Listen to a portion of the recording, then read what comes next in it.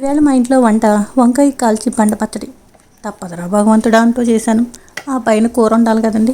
Carrot కూర అయితే వండేసాను. టమాటా ఉల్లిపాయ వేసేసి క్యారెట్ కూర వండేసాను. ఇష్టమైన వాళ్ళు తింటారు, లేదంటే లేదు అని ఒక్కొక్కసారి అనిపిస్తూ ఉంటుంది. ఎప్పుడు వండుకున్న వంటింట్లోనే అలా ఉండిపోతూ వంటింటికే పరిమితం అయిపోతూ ఉంటున్నాను. మా అమ్మగారు అంటూ తల్లి లేకపోతే ఎక్కడ మనం మనకి ఎవరు కూడా పెట్టరండి. అది ఒక్కటి గ్రహించాను నేను. తల్లి తర్వాత ఇంకెవ్వరు ఉండరు అనిపిస్తుంది నాకు.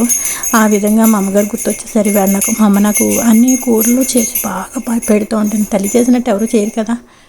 ఆ విధంగా నేను ఈ పెళ్ళయి వచ్చిన తర్వాత నాకు ఈ వంట చేసుకోవడం అలవాటైపోయింది. ఎప్పుడైనా ఎవరైనా చేసి పెడితే బాగుండు అని ఒక్కరోజు అనుకుంటూ ఉంటాను. ఆ ఒక్కరోజు కూడా నాకు కోరిక తీరదండి.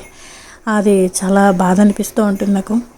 అయితే ఏదైతేనే మొత్తానికి ఆ బాధ తలుచుకుంటూ మా అమ్మగారిని తలుచుకుంటూ ఈవేళ నా వంట అయితే ఫినిష్ చేశాను. వంకాయ కాల్చి పులుసు పెట్టాను. ఈ పులుసు ఉప్పుడు పిండిలోకి చాలా బాగుంటుంది. కొంచెం కందిపప్పు పచ్చడి కూడా చేసుకుంటే ఇంకా బాగుంటుంది. ఇలా వంటలు ఒక్కొక్కటి ఒక్క స్పెషల్ అండి. బాగుంది అని అనరు. మనకి తప్పదు వండడం. వండకపోతే వండలేదే అని అడుగుతారు. బయట నుంచి తెచ్చుకున్న కూరలు నచ్చవు. ఎన్ని రకాల కష్టాలండి ఆడవాళ్ళకి. ఈ విధంగా వంట అయితే ఫినిష్ చేశాను. క్యారెట్ కూర వండేసాను. ఈ క్యారెట్ కూర కూడాను ఎప్పుడు వేపుడు వండుతాను, లేదంటే కొబ్బరి కూర క్యారెట్ కూర వండుతాను. అలా కాకుండా ఈసారి ఈ విధంగా కూర అయితే వండాను. ఆ వేపుళ్ళు తినలేము, కమ్మటి కూరలు తినలేం కదా. పులుసు కాల్చి వంకాయ కాల్చి పులుసు పెట్టాను. ఏదో బాధగా ఉంది ఈవేళ చాలా. ఎందుకో మా అమ్మగారు నాకు గుర్తొచ్చారండి.